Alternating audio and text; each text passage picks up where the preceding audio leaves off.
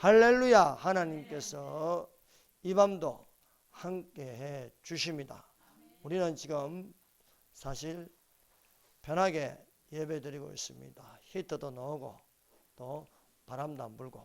그러나 지금 청와대 앞에는 전국 각지에서 모인 많은 지체들이 한 몸을 이루어 길바닥에서 아스팔트 위에서 찬송 부르고 기도하고 있다는 사실입니다. 한국교회가 살아있다는 것은 어떤 많은 대형교회 유명 목사들을 통해서 이루어진 것이 아니고 무명이라도 정말 나라를 구하고자 하는 그런 마음을 품고 모이는 잡초 같은 인생들에게 베푸신 하나님의 은혜라는 것을 믿습니다. 이 시간에 제목은 자기를 알아주는 자를 따른다는 제목으로 같이 은혜를 받겠습니다. 사실 여러분들 예수님께서 부른 제자들 중에 학문이 있는 자들이 거의 없습니다.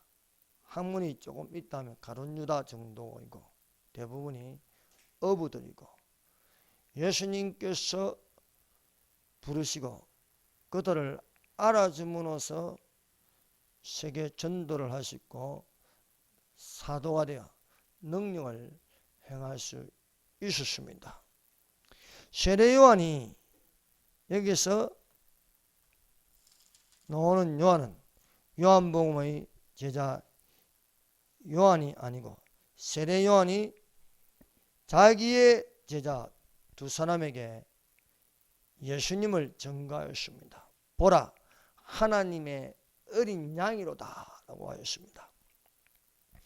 요한의 두 제자가 세례 요한의 말을 듣고 예수님을 따르는 것이었습니다.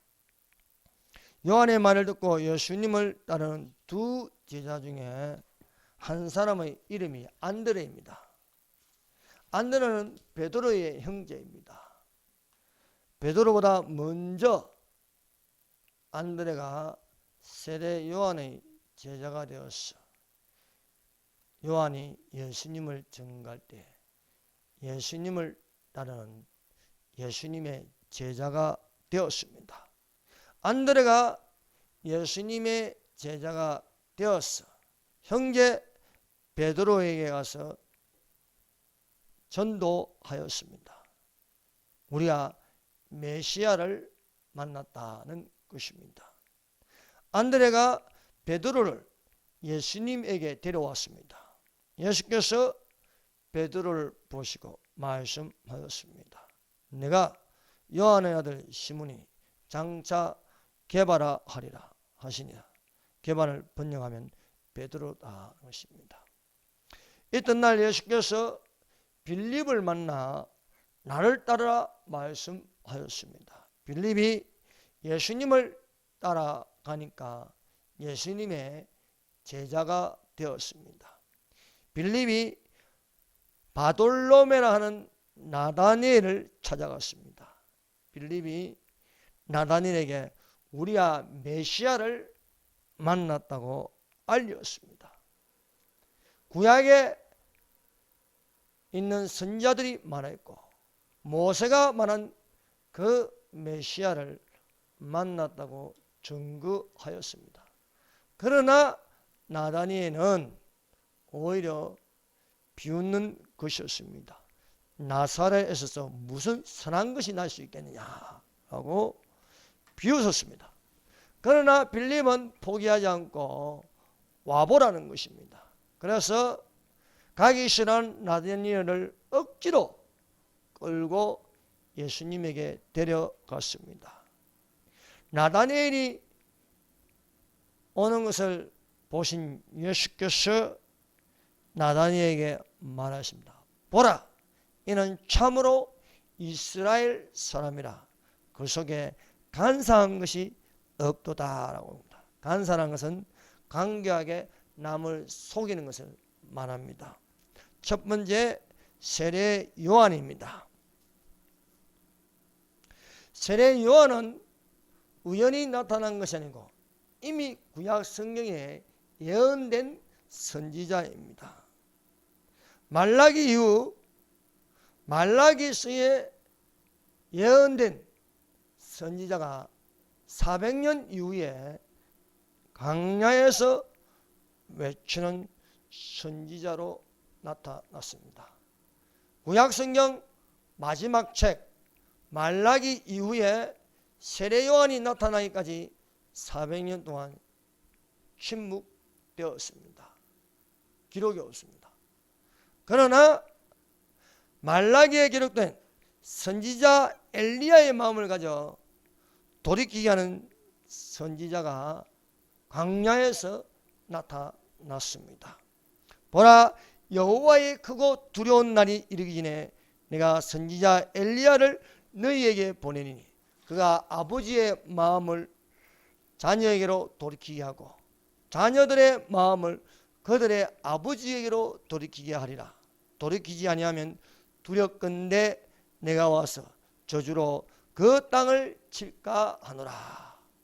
이렇게 엘리야의 마음을 가진 선지자가 광야에 나타나서 회개하라, 천국이 가까이 왔느니라 외치게 되었습니다. 세례 요한은 주의 길을 예비하는 선지자였습니다. 이사야 40장 3절입니다. 한번 찾아봅시다. 이사야 40장 3절.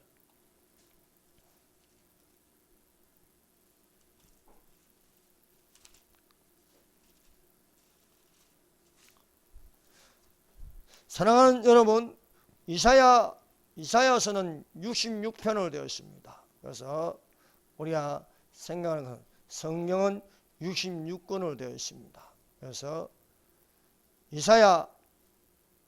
이사야서는 성경 66권을 요약한 것으로 볼 수 있습니다. 그래서 이사야서 1편부터 39편은 구약 성경에 관한 것이고 40편부터 66편까지는 신약 성경에 관한 내용이라고 볼 수 있습니다. 그래서 이사야서 39편 구약 성경이 끝나고 40편부터 광야에서 여호와의 길을 예비하는 자가 나타나 외치는 것을 기록하고 있습니다. 40편 3절입니다. 같이 읽어봅시다. 시작.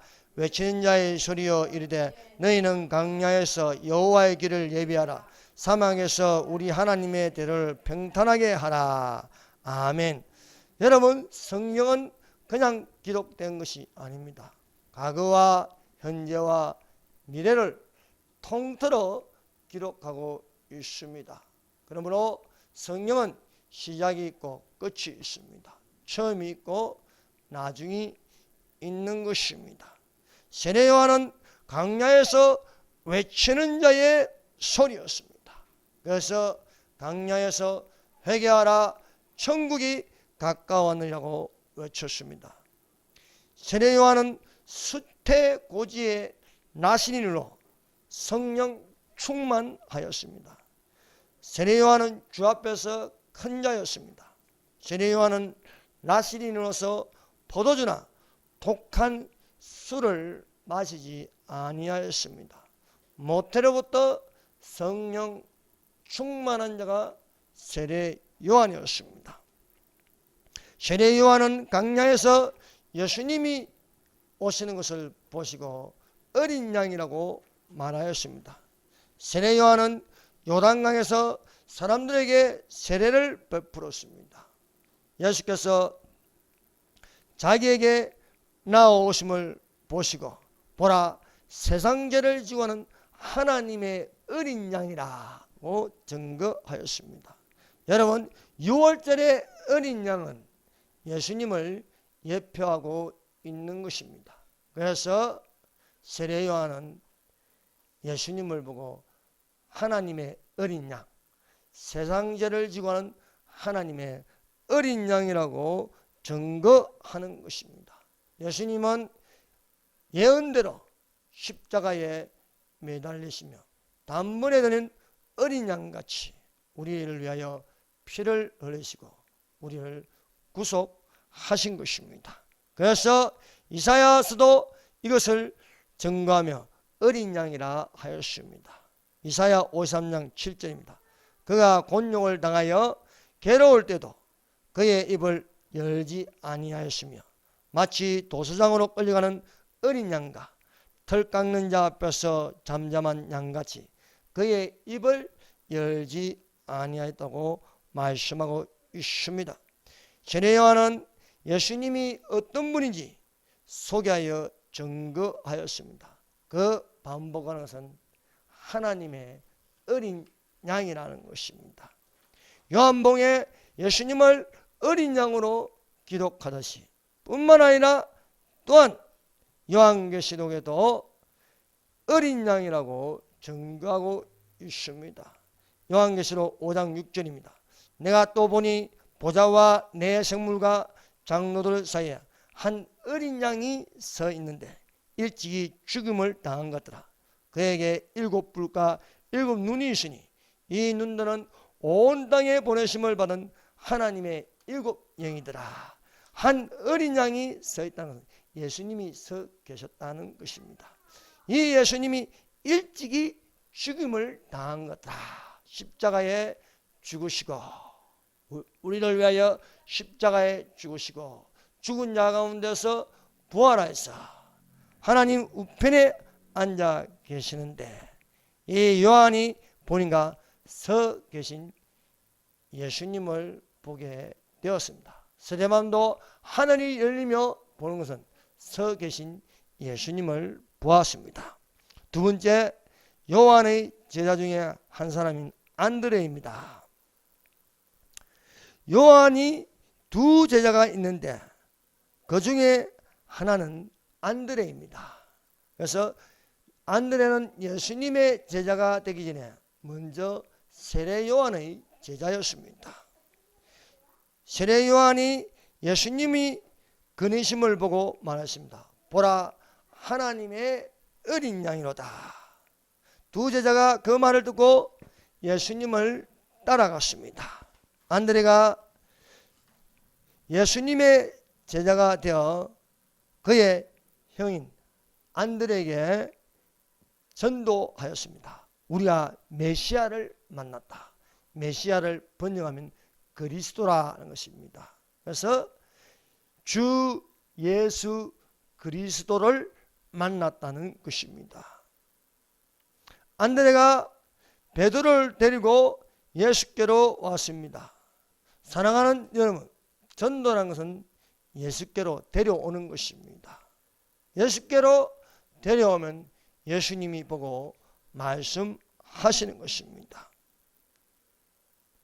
우리가 예수님을 만나고 예수님께 가르침을 받으면 전도하고 싶은 마음이 생기는 것입니다.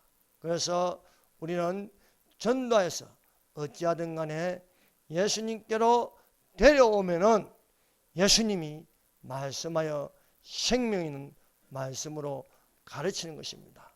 그러므로 일단 와보라요. 우리가 교회로 데려오는 것이 중요한 것입니다. 14장 42절입니다. 데리고 예수께 오니 예수께서 보시고 이르시되 내가 요한의 아들 시몬이니 장차 게바라 하리라 하시냐. 게바를 번역하면 베드로라 것입니다. 우리가 전도로 예수님께 데려오면 예수님께서 미래에 대한 말씀을 하시는 겁니다. 그래서 시몬이라는 갈대의 이름을 반석이라는 베드로의 이름으로 부르게 하셨습니다. 그러므로 우리가 예수님을 만난다는 것은 희망입니다. 미래에 희망이 있고 장차 될 일이 있는 것입니다. 예수님은 우리가 예수님을 만난다는 것은 과거와 현재와 또한 장차 될 일로서 우리에게 말씀하고 있습니다. 이것은 기독교만이 할 수 있는 것입니다. 내가 어디로부터 와서 어디에 있으며 어디로 갈 것인가, 그것은 분명한 것입니다. 우리가 하나님께로 나서 하나님의 자녀가 되어서 아버지 집으로 돌아가는 것입니다. 예수께서 베드로를 부르신 것은 반석 위에 예수님의 교회를 세우는 것입니다. 교회가 사람의 교회가 되면 모래 위에 지은 집으로 무너지기가 쉽습니다. 그러나 오늘날까지 교회가 무너지지 않는 것은 반석 위에 세운 교회이기 때문입니다. 반석은 그리스도라 했습니다. 그리스도 위에 세운 교회는 어떤 권세도 무너뜨릴 수 없는 것입니다. 지옥의 권세도 무너뜨릴 수 없는 것이 교회인 것입니다. 그러므로 예수님 재림하실 때까지 성도의 권세는 살아 있습니다. 어떤 정신 나간 사람이 한반도는 끝났다, 한반도의 심판이 시작되었다, 그 사람 말로 이루어지는 게 아닙니다. 우리는 성령 그대로 되는 줄 믿어야 하는 것입니다. 그러므로 우리가 주님 오실 때까지 희망을 붙들고 살아야 합니다. 우리가 대한민국에 살고 있으면 대한민국에 희망이 있는 것입니다. 그 희망이 무엇입니까? 자유통일, 자유대한민국이 되기를 바라고 믿음의 선한 싸움을 싸울 줄 알아야 하겠습니다. 또 한편으로는 우리가 예수 그리스도의 재림을 간절히 기다리는 것입니다. 둘은 맞지 않는 건데 사실은 맞습니다. 그래서 우리가 두 가지 불안감을 가져야 할 것은, 첫 번째, 예국자가 되어야 된다. 불의를 보고 참지 못하고 저 악한 자를 멸하게 해달라고 기도해야 할 것입니다. 어떤 분이 카톡을 보내가지고 베트남 기도회를 하는데 목사님들 포스트가 있는데 목사님들이 많은데 아는 목사님들이 하나도 없어요. 그래서 우리 장년도사님한테 물어봤어요. 이 사람들 많은 사람이냐고. 그래서 이 정보를 받았는데 보니까 박근혜 대통령 탄핵 인용을 우리는 환영합니다. 또 문재인이 김정은을 판문점한데 환영합니다. 평화통일이 이루어질 것입니다. 이런 식으로 선언문을 낸 거예요. 근데 그 사진에 보니까 수많은 목사들이 있는 거예요. 수많은 목사들이 있어도 성경 말씀에는 주의 임하신가 세상 그때는 거짓 선지자들을 조심하라. 불법이 성하고 거짓 선지자들이 많이 나타날 것이다. 사랑하는 여러분, 우리는 거짓을 버리고 이웃과 더불어 참된 말을 하는 자들이 되십시다. 세 번째, 빌립과 나다니엘입니다. 먼저 안드레와 베드로가 나오고 그 다음에 두 번째 서열에 놓는 빌립과 나다니엘입니다. 요한복음 1장 43절입니다. 있던 날 예수께서 갈릴리로 나가려 하시다가 빌립을 만나 이르시되 나를 따르라 하니, 빌립이 예수님을 만났습니다. 예수께서 나를 따르라고 말씀하셨습니다. 나를 따르라는 것은 나의 제자가 되라는 것입니다. 빌립이 예수님의 제자가 되어서 배우는 것은 성경에 기록된 그리스도를 만나는 것이었습니다. 그리스도를 만남으로 이것을 가만히 있지 못하여 같은 동네 사는 나다니엘에게 찾아가서 나다니엘에게 예수님을 증거하였습니다. 빌립이 나다니엘을 찾아 이르되 모세가 율법에 기록하였고 여러 선지자가 기록한 그 일을 우리가 만났으니 요셉의 아들 나사렛 예수니라.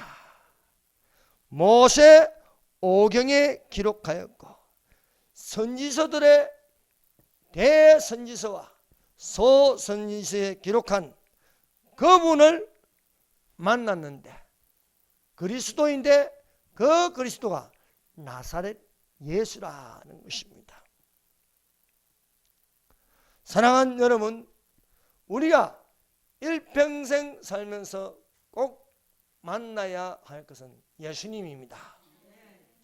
예수님을 만나지 못한 분들이 있습니까? 그러면은 우리는 그를 예수에게로 데려가야 하는 것입니다. 나사렛에서 무슨 선한 것이 날 수 있겠냐고 비웃어도 와보라는 거예요. 와보면 예수님이 그를 억지로 데리고 왔다 할지도 비웃었다 할지도 예수님은 칭찬하시는 말씀을 하시는 것입니다. 나다니엘이 가기 싫어하고 억지로 끌려왔지만은 예수님께서 그를 오히려 칭찬하는 것입니다. 그러므로 우리는 만나는 사람마다 사실 예수님을 전해야 합니다. 예수님을 어찌하든지 교회로 데려와야겠습니다.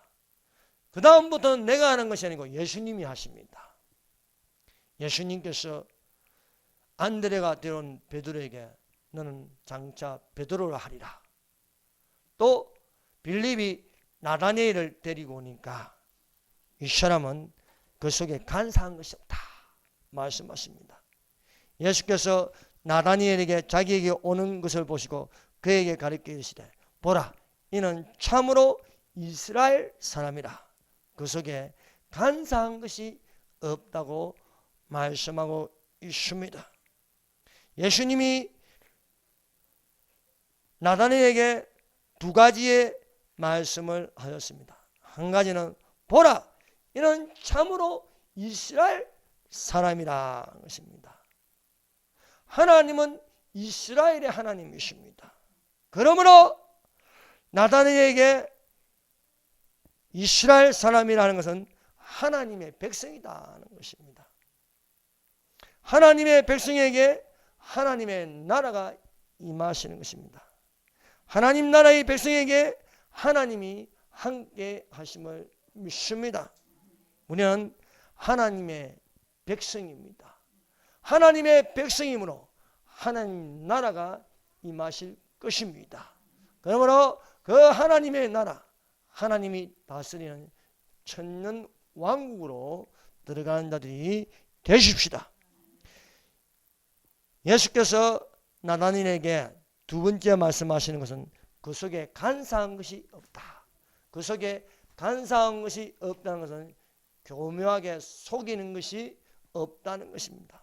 물론 나다니엘이 흠이 많은 사람입니다.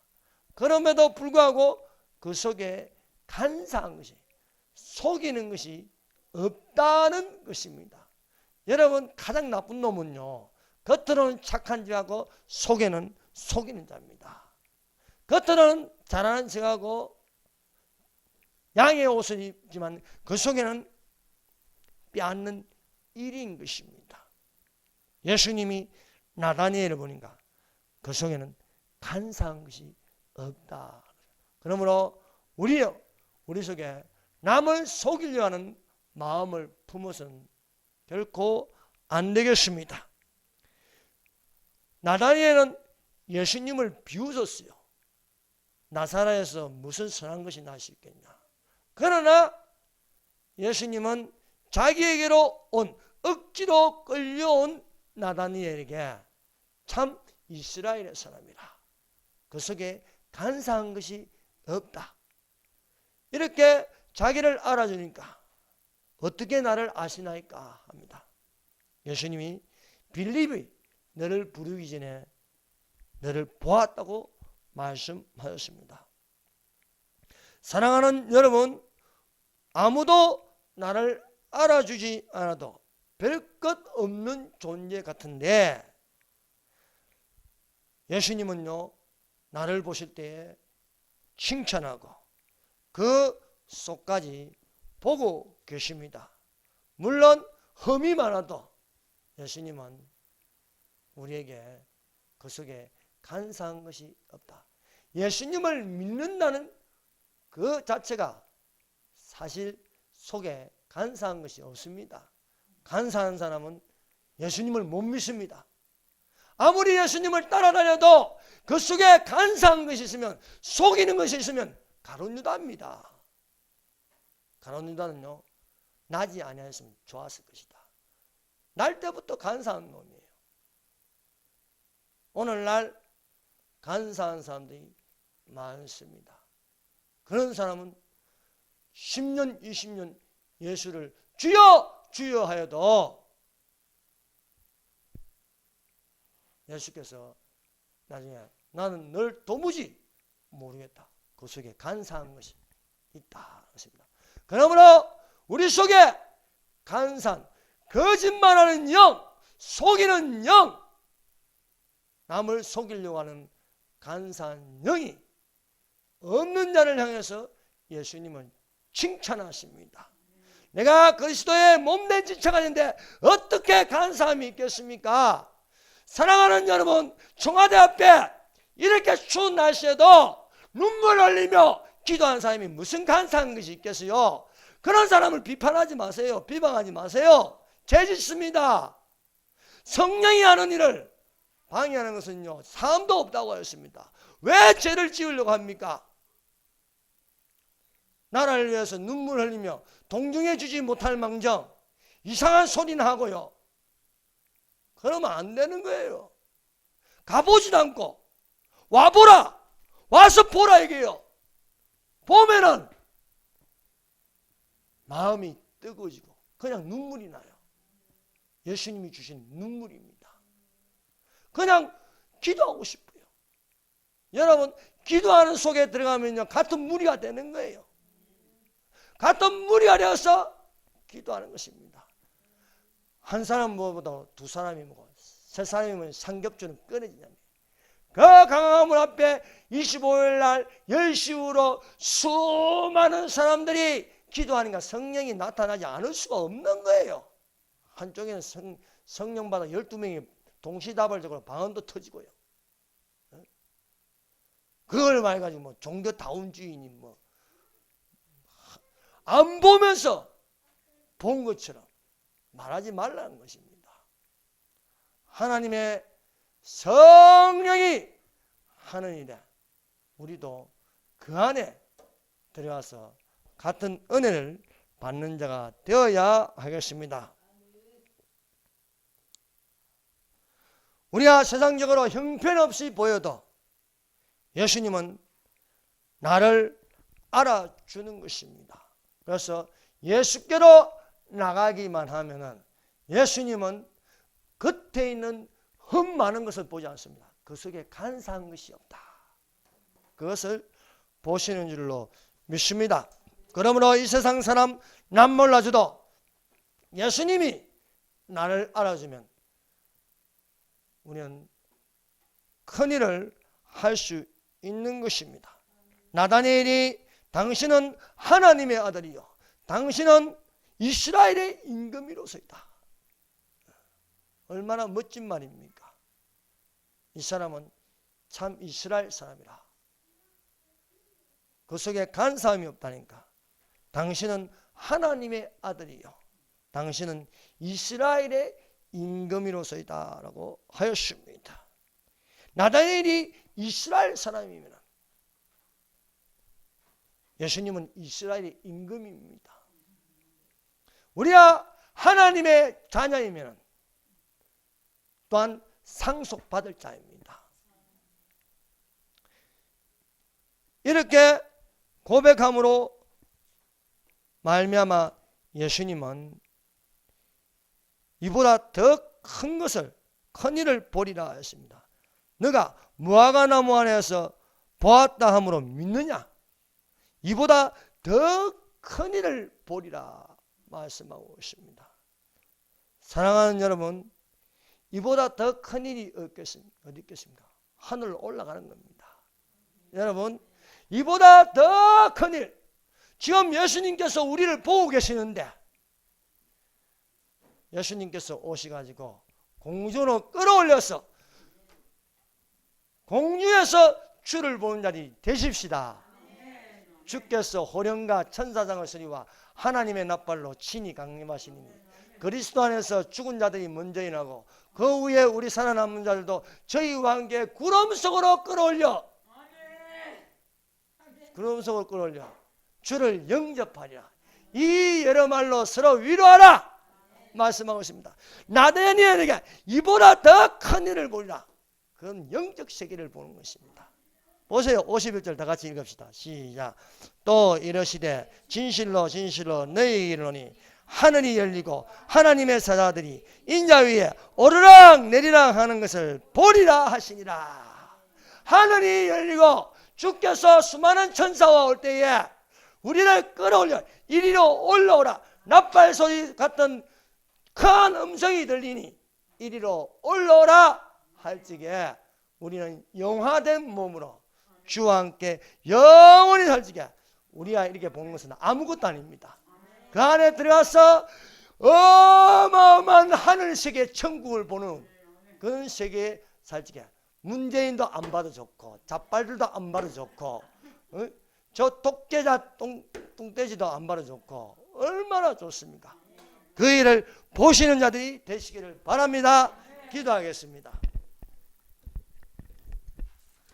우리 다 같이 기도합시다. 예수님을 따르는 자가 되게 하여 주시옵소서.